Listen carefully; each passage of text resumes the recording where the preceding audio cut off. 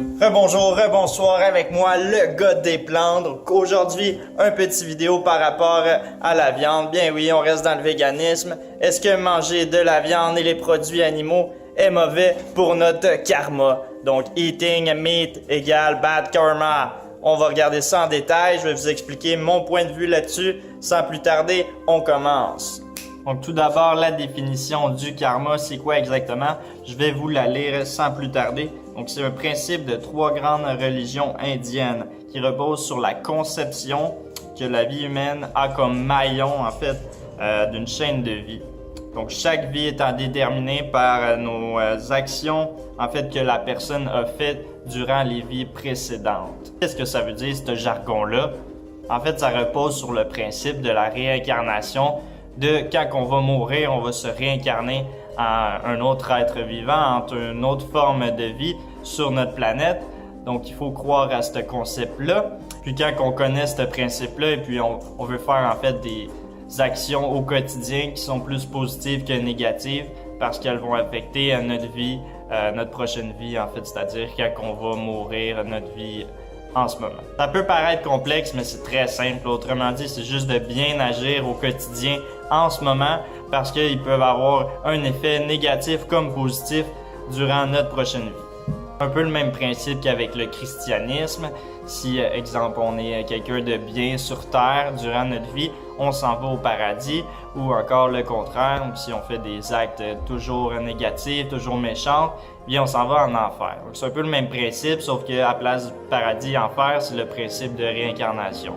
Même si vous n'êtes pas religieux, c'est un peu plus spirituel cette vidéo-là, donc je vous invite à rester pour pouvoir apprendre des choses parce que oui, c'est instructif même si ça parle de spiritualité. Avez-vous déjà porté attention en fait sur le principe que si on fait toujours des actes méchants, ça vous revient toujours dedans, ou encore le fait que si, par exemple, on est toujours gentil, eh bien on reçoit de la gentillesse évidemment, donc c'est donnant si on veut, ça c'est un autre principe, mais qui fait un peu partie du karma indirectement étant donné qu'il faut bien agir durant notre vie pour pouvoir vivre heureux et pouvoir revivre si on veut durant la réincarnation si on veut, mais ça peut se passer en fait directement dès maintenant. Si on agit bien, eh bien on reçoit du positif dans notre vie et le contraire aussi s'applique, donc il faut faire attention à ce concept-là. C'est la même chose que si tu es positif toujours, eh bien tu vas être entouré de positifs sans arrêt, et si tu es négatif, eh bien tu vas attirer le négatif. Donc c'est vraiment un aimant comme ça.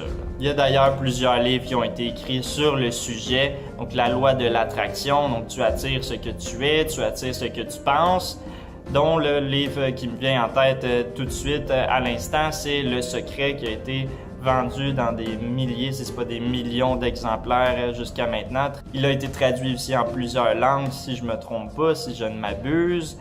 Très très bon livre, je vous conseille de le lire, ça parle de loi de l'attraction, c'est un petit peu spirituel aussi également, mais bon, c'est quand même un principe qui est tout de même très vrai, même si on ne croit pas à toutes ces patentes-là de spiritualité puis tout ça, là, ça vaut la peine d'être lu. Maintenant qu'on a expliqué l'introduction, si on veut, du concept du karma, est-ce que vous croyez que le fait de manger et d'exploiter les animaux au quotidien sont des actes positifs ou des actes gentils, selon vous? Là, vous allez me dire, ouais, mais c'est pas moi qui les tue, c'est pas moi qui les exploite.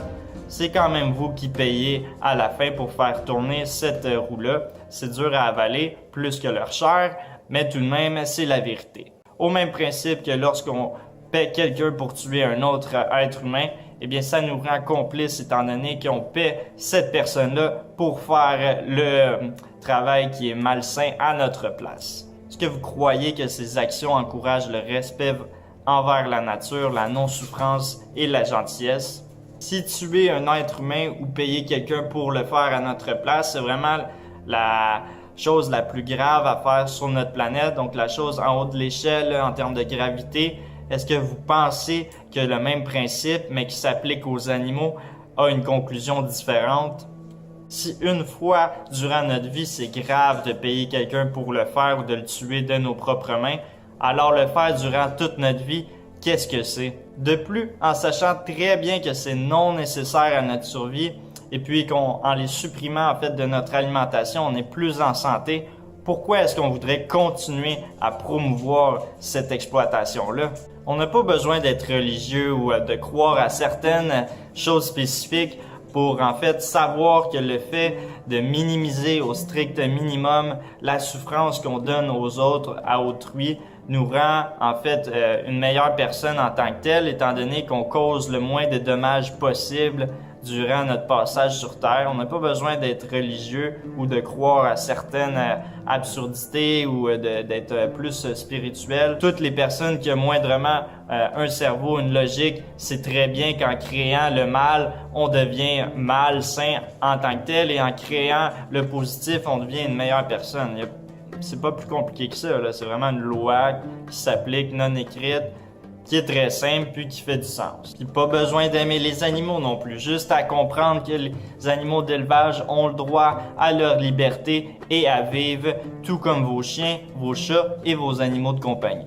Personnellement, je me dis que nous sommes sur Terre pour constamment évoluer, devenir de meilleur en meilleur de jour en jour, puis d'évoluer de génération en génération. Puis, une bonne façon de le faire, en fait, c'est de partager nos connaissances aux autres, d'avoir une ouverture d'esprit et surtout en essayant d'expérimenter du changement concret dans nos vies pour bâtir en fait ce changement-là, cette nouveauté-là, cette évolution-là que l'humain peut avoir sur notre planète. C'est pas parce que vous connaissez quelque chose, vous pensez connaître la vérité d'une chose en tant que telle, qu'elle est nécessairement véridique.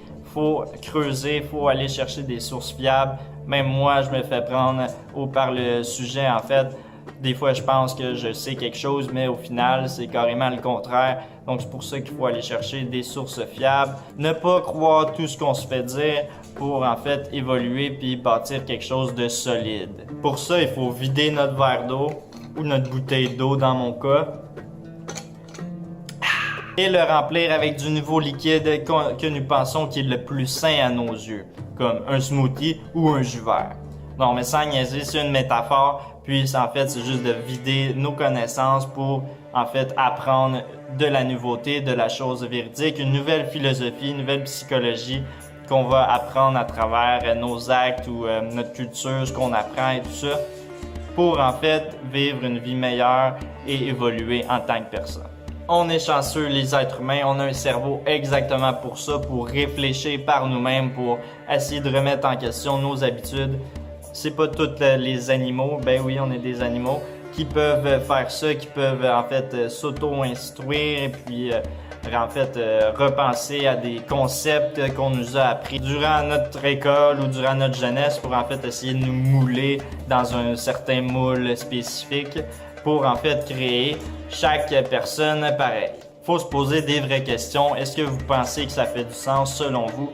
Qu'est-ce que vous pensez qui est le plus sain selon vous, pas selon votre voisin ou selon votre famille, votre frère, votre soeur, selon vous personnellement, qu'est-ce que vous pensez qui est le plus sain? Oui, je parle à toi, oui, je parle à toi. Est-ce que qu'est-ce que je dis en ce moment, ça fait du sens à vos oreilles? Est-ce que vous croyez qu'en mangeant quotidiennement la souffrance d'un animal, on devient quelqu'un de méchant, on devient quelqu'un en fait de malsain ou de moins pacifique, si on veut, en consommant la mort? Est-ce qu'on devient quelqu'un qui est plus axé vers le négatif que sur le positif? C'est à vous de voir rendu là. Moi, je pense que oui, totalement. Là, le fait de consommer en fait la souffrance, le meurtre, le sang d'un être vivant, on peut pas être en paix avec soi-même, on peut pas être heureux. Moi, je pense que oui. Je pense qu'en fait, en voulant continuer à avancer cette roue-là qui tourne, en payant les gens faire le travail qui est malsain à notre place, on devient quelqu'un peut-être de négatif à long terme, on devient quelqu'un qui développe des maladies, puis ça c'est prouvé scientifiquement. En consommant le mal, on devient quelqu'un qui est malade, puis ça c'est vraiment quelque chose qu'il faut penser à ça, parce que si consommer en fait le mal, consommer les autres, la mort, ça nous remporte, en fait ça nous développe des maladies, ça nous rend quasiment morts là, en alimentant notre corps, en carburant notre corps de mort, on réduit notre espérance de vie. Donc ça, c'est vraiment le karma en tant que tel. Encore là, est-ce que ça fait du sens à vos oreilles? Est-ce que ce que je dis, c'est de la merde? Ou ce que je dis, ça peut en fait vous faire réfléchir puis vous croyez que bon, peut-être que tu as un peu raison, mais je veux pas l'admettre. Ben bref, essaye de réfléchir avec ça, avec ce que je dis, puis essaie en fait de penser à ça à chaque fois que tu vas manger un animal mort.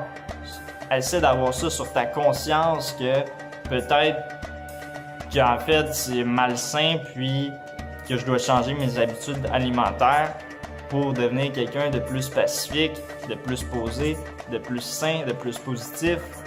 C'est à vous de voir rendu là, mais il ne faut pas arrêter de penser en fait à ce concept-là, si on veut, à chaque jour, à chaque fois qu'on est devant une assiette avec un cadavre d'animal mort. Bref, faut juste penser sans arrêt, est-ce que je suis capable de vivre avec ça sur la conscience au quotidien, qu'un animal a souffert pour me nourrir alors qu'il n'y a aucune nécessité à le faire, qu'il y a d'autres choix? Est-ce que je suis capable d'avoir ce sang-là sur mes mains? Est-ce que je peux vivre en paix? Et puis je peux avoir, si vous croyez en fait à ce concept-là du karma, une vie moins positive, une vie qui vaut la peine d'être moins vécue à cause que j'ai fait des actes qui étaient malsains au quotidien. Ou encore si vous êtes christianisme, est-ce que je vais aller en enfer à cause que je mange des produits animaux pendant 70 ans? C'est à vous de voir rendu là. Je ne sais pas. Je sais pas plus la réponse que vous. Faut se poser des questions. Bref, c'est pas mal la fin de ce que j'avais à dire. Bref, c'est ce qui fait pas mal le tour. Je sais pas si ce que je vous ai dit, si mon vidéo faisait du sens, si ça peut vous aider à vous éclairer, si ça peut en fait vous faire évoluer vers un changement qui est plus positif, eh bien tant mieux. Si je vous ai fait perdre 10 minutes de votre temps, eh bien je suis désolé. Mais bon, je suis certain que ça va vous aider à un moment ou à un autre durant votre vie, que ce soit maintenant ou dans un futur. Ça va vous rester en tête, j'en suis convaincu à 125%.